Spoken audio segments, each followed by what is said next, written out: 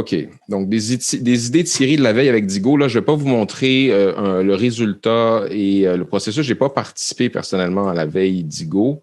Je vais vous montrer un échange qui a eu lieu dans le cadre des réflexions autour de comment pratiquer cette veille-là pour en tirer des éléments. Mais quand même, rapidement, la veille s'intitulait « Veille 111-120 » parce que ça implique des participants à la mesure 120 et des participants à la mesure 111 du plan culturel numérique du Québec. C'est une veille collaborative sur les innovations et expérimentations du domaine de la culture dans le contexte de la pandémie. C'était un projet dont les discussions avaient lieu dans la chaîne Culture chez nous Québec et qui a rapport avec la pandémie, puisqu'il s'agissait de recenser les différentes manières dont les milieux culturels s'y sont pris pour faire face à la pandémie.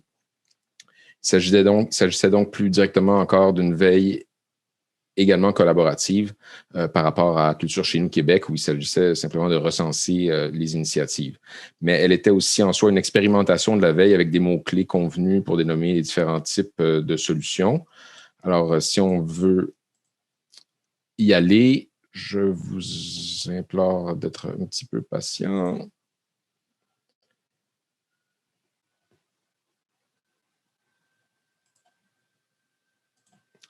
Alors, voici le résultat. Là, vous l'avez à droite, les statistiques sur les différents mots-clés. Parce que dans le fond, Digo, moi, je l'appelle Digo parce qu'il y a 2 I, là. Je ne sais pas c'est quoi la bonne prononciation, mais ça ressemble à dig, hein, creuser. C'est pour ça que j'ai l'impression que ça a un rapport avec ça. Mais le fait est qu'il y a un rapport aussi pour moi dans mon esprit qui étudie en gestion d'information numérique à l'EBSI, donc le certificat d'archivistique numérique, si vous voulez.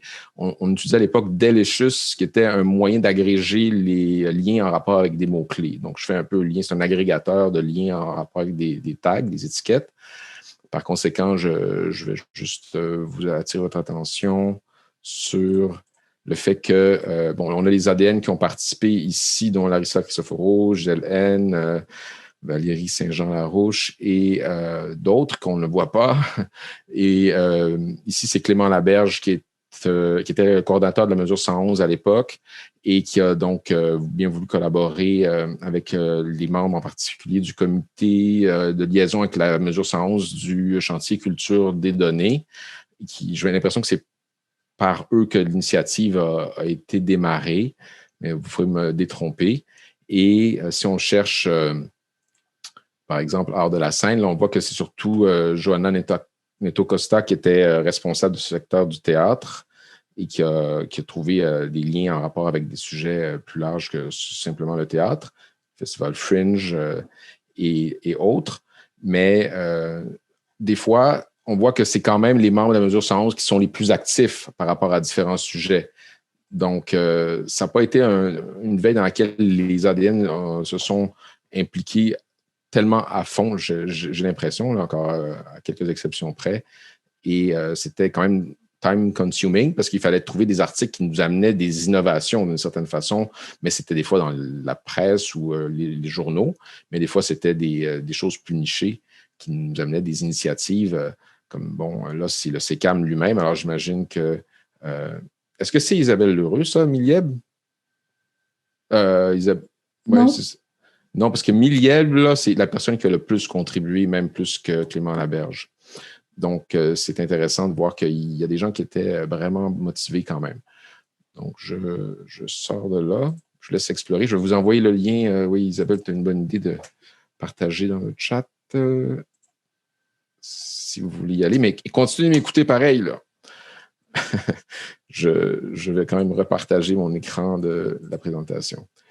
Donc, pour continuer, les acteurs, dans ce cas-ci, quand même, pour le dire brièvement et leur rendre hommage, c'était des ADN du groupe de contributeurs à la veille Digo, qui était, en fait, c'est un groupe qui était possible parce que Clément Laberge était propriétaire de ce compte Digo et qu'il a donné accès à Larissa Cristoforo, Johanna Neto-Costa, Claudia Cortés aussi en a fait partie, je crois, et Mariana Desmello qui était avec Culture Montréal, Pauline Guéguen qui est avec l'Association des libraires du Québec, Gisèle N de Culture Laurentide, Valérie Saint-Jean-Marie-Rouge, j'ai mentionné, le chantier Culture des données, le sous-comité de liaison de mesure 111, les partenaires Clément Laberge, propriétaire du compte Digo et coordonnateur à la mesure 111 à l'époque, et les autres contributeurs modérateurs de la veille, issus aussi de la mesure 111 principalement, ou les gens branchés du milieu comme Alain Desbocca, Valérie Guillemin, qui est devenue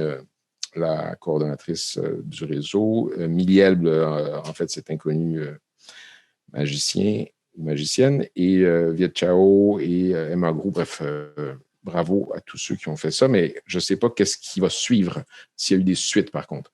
Donc, pour résumer, le point suivant, c'est des bonnes pratiques qui se dégagent des échanges. Bien, il y a bien eu un succès pour communiquer l'information. Puisqu'il est possible d'utiliser les étiquettes constituées de 2 mots, il suffit de les écrire entre guillemets, par exemple. En fait, c'est ça que je vais montrer. C'est l'exemple d'une conversation entre Clarissa Cristoforo et Clément Laberge en Culture chez nous Québec. Elle disait donc qu'est-ce que c'est possible de faire en sorte que les autres sachent qu'au lieu de faire des tirets ou des barres en dessous pour relier 2 mots, on peut les mettre en guillemets, comme ça on aura la même orthographe pour les mots-clés composés.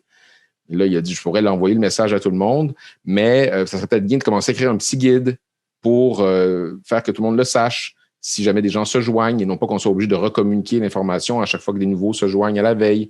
Donc là, dans cet échange-là, c'est assez riche parce qu'on voit différentes initiatives qui ont été prises, notamment par Clément Laberge à la demande de l'Arista pour régler un problème. Puis finalement, il a dit, ben c'est ça, on va y aller avec un guide. Puis ça répond au principe de réification selon Wenger dans les communautés de pratique où res en latin, c'est de choses. Donc, chose et réification, on va cristalliser les savoirs dans des documents, des artefacts.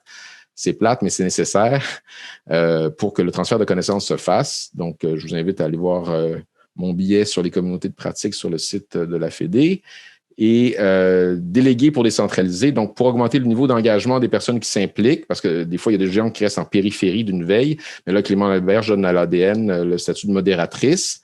Donc, elle pourra ainsi remplacer, effectuer la substitution des tags, une redondance des mots, là, mais qui sont des variations par rapport à l'étiquette que l'on souhaite voir adoptée par tous, puisqu'elle avait le droit de modifier des choses dans les étiquettes des participants comme modératrice, donc elle pouvait voir à ce que les tags soient uniformisés. Puis ensuite, montrer l'impact des changements. Il lui a partagé le fait qu'elle pouvait faire ça, tout simplement, lui montrer l'effet que ça avait à partir de son propre compte. Vois-tu, tu as accès à More, puis tu as d'autres options qui se sont ajoutées maintenant que tu es modératrice. Et le point suivant, c'est de dire, on peut aussi choisir un dictionnaire avec nos propres mots-clés ou que le dictionnaire utilise les mots-clés les plus souvent utilisés. Donc, les bons coups, ça a été la collaboration avec des membres du comité de la mesure 111. Et avant, juste un petit peu, je m'excuse, je vais trop vite là. Je voulais dire que il y avait quand même eu la sagesse d'exposer des choix sans privilégier une option. Donc, il a présenté l'option dans Group Settings qui permettrait de choisir un dictionnaire d'étiquettes constitué de termes prédéterminés. Choose a predefined set. Pour l'instant, l'option par défaut, c'était de se servir d'étiquettes qui reviennent le plus souvent. Just use the most frequently used group tags. Donc, c'est à nous de créer le vocabulaire contrôlé à l'avance si on veut. C'est un choix, puis ça peut faire l'objet de discussion, évidemment. Alors, l'autre bon coup, c'est l'apprentissage d'un outil de veille et de bonne pratique. C'est pas tout le monde qui aurait eu accès à Digo sans cette expérimentation-là. Et la discussion a amené à discuter des bonnes pratiques, justement.